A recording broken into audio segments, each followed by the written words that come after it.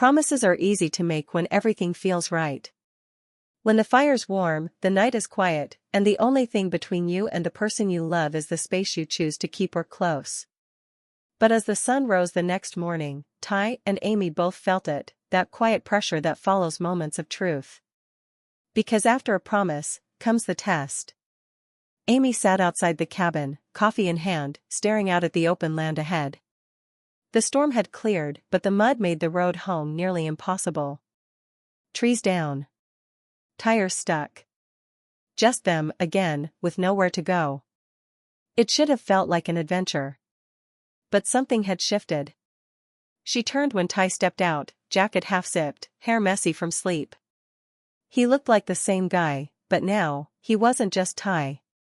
He was someone who had given her a ring. A promise. A future. And maybe that's what scared her most. He sat beside her, close, but not touching. "Didn't sleep much," he said quietly. She nodded. "Me neither." Silence again.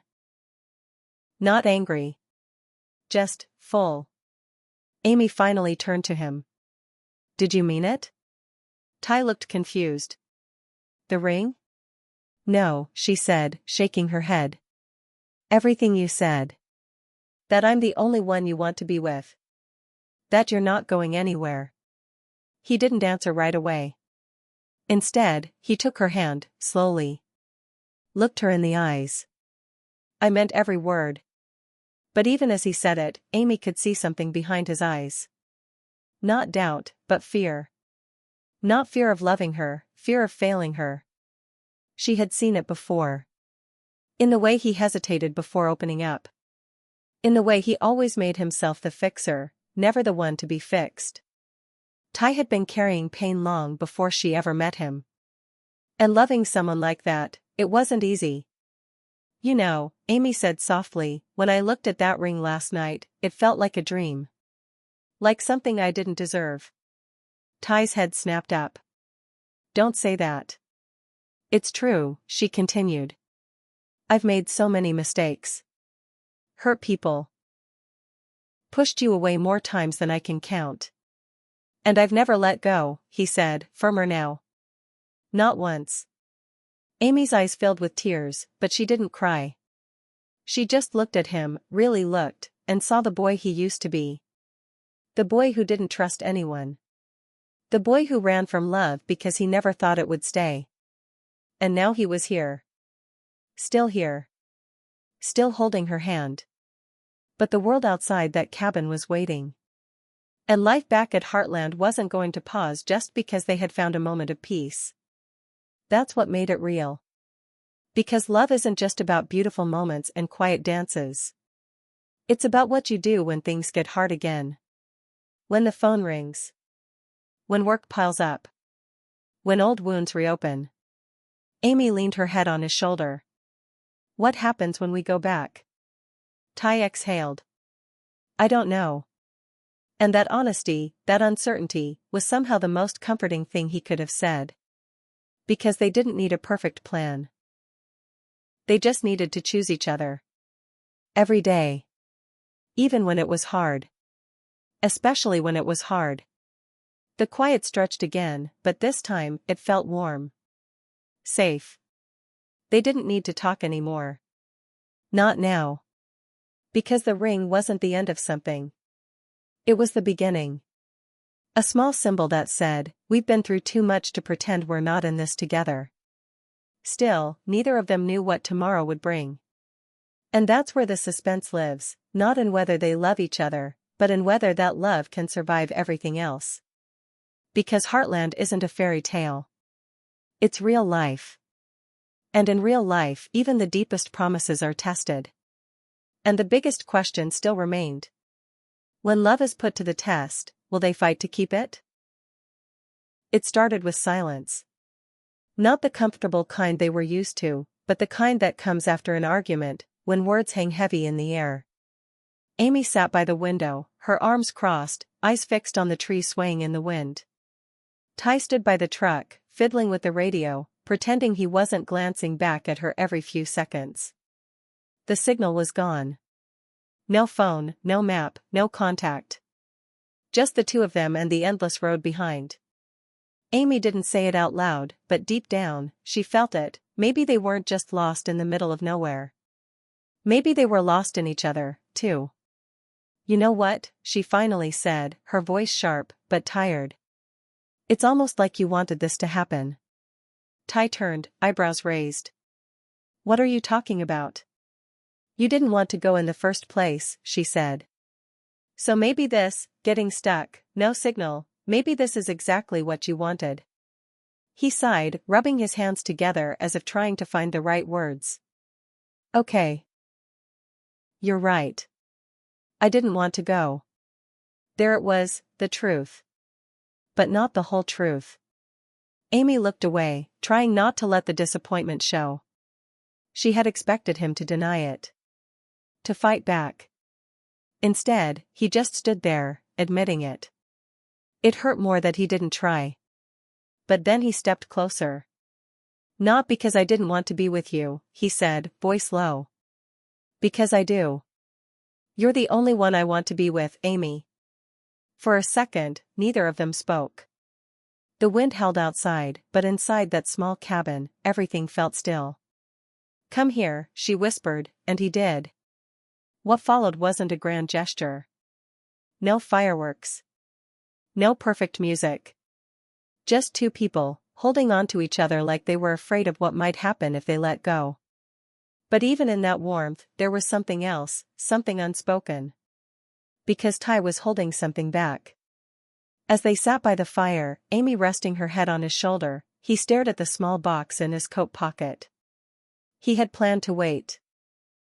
Wait until they got to the dance, until everything was perfect.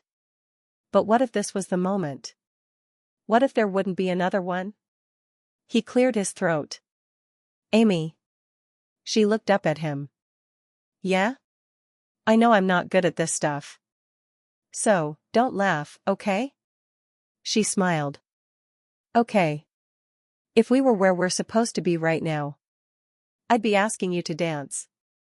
That made her laugh anyway, not to mock him, but because it was so him.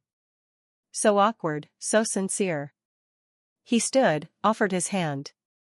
So, do you want to dance? No music. No crowd.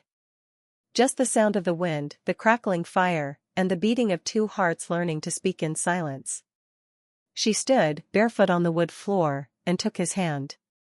That's when he knew, it was time. And what he pulled from his pocket wasn't just a ring. It was a promise. A silent vow, wrapped in silver and hope. I got something for you, he said, barely above a whisper. Took me a few trips into town to get what I wanted. Amy looked down at the tiny box. The promise was made. The ring was on her finger. But peace never lasts long at Heartland. The day after they returned, everything hit at once. The ranch was a mess. Horses unsettled. One of them had broken through a fence during the storm. Lou was stressed about an investor meeting. Jack's truck had broken down, again. And just like that, real life came crashing back in. Ty barely had time to breathe. Amy was pulled in 5 directions. And neither of them had said a word about the ring since that night. Not because it didn't matter, but because there wasn't space. For Amy, it felt like standing in 2 worlds at once. Part of her wanted to hold on to that quiet cabin feeling, the warmth, the stillness, the way Ty had looked at her like she was the only person that existed. But another part of her was stuck in the chaos of everything else. Every time she tried to speak to him, something pulled him away. A call from Scott. A horse needing stitches. A delivery going wrong. And slowly, a question started creeping in. What if it wasn't real? Not the ring. Not the moment. But the promise underneath it. What if it only worked because they were alone, away from everything? What if love was easier when there were no responsibilities? One night, after putting Spartan in the stable, Amy stood outside, watching her breath fog up in the cold. She didn't even notice Ty walking up behind her. You okay? He asked, quietly. She didn't answer right away. "You've been busy." "So have you," he said, trying to smile. But it didn't land.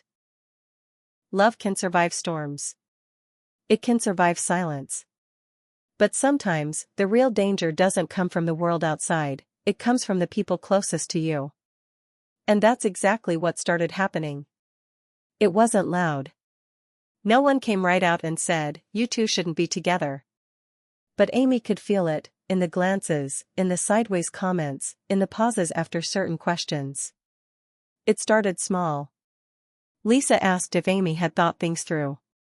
Said it casually, while brushing a horse, like she didn't mean anything by it. Then came Lou, always the planner, always protective, asking what the ring really meant. "Is it just a promise, or is it a distraction?" Amy laughed it off. But something about the way Lou looked at her made her stomach twist. Like she didn't believe it would last. Even Jack, the one who had always supported them both, pulled Ty aside one morning and said, "A ring is a serious thing, kid. Don't give it unless you're ready to carry the weight." It wasn't said out of cruelty. It was worry. Fear. The kind that creeps into the minds of people who've seen love fall apart before. And the more Amy heard it, the more those voices became harder to ignore. One afternoon, as she sat in the barn alone, grooming Spartan, she thought back to that night in the cabin. The way Ty's voice trembled when he handed her the box. The way he said, "I'm not going anywhere." But now, with everyone else in her ear, she couldn't help but wonder. What if he thought he wouldn't leave, but didn't know how hard it would get? The doubts didn't come all at once. They came in layers, in questions that echoed in her mind. What if we're just clinging to something that feels safe? What if this isn't our time? Meanwhile, Ty was fighting his own battle.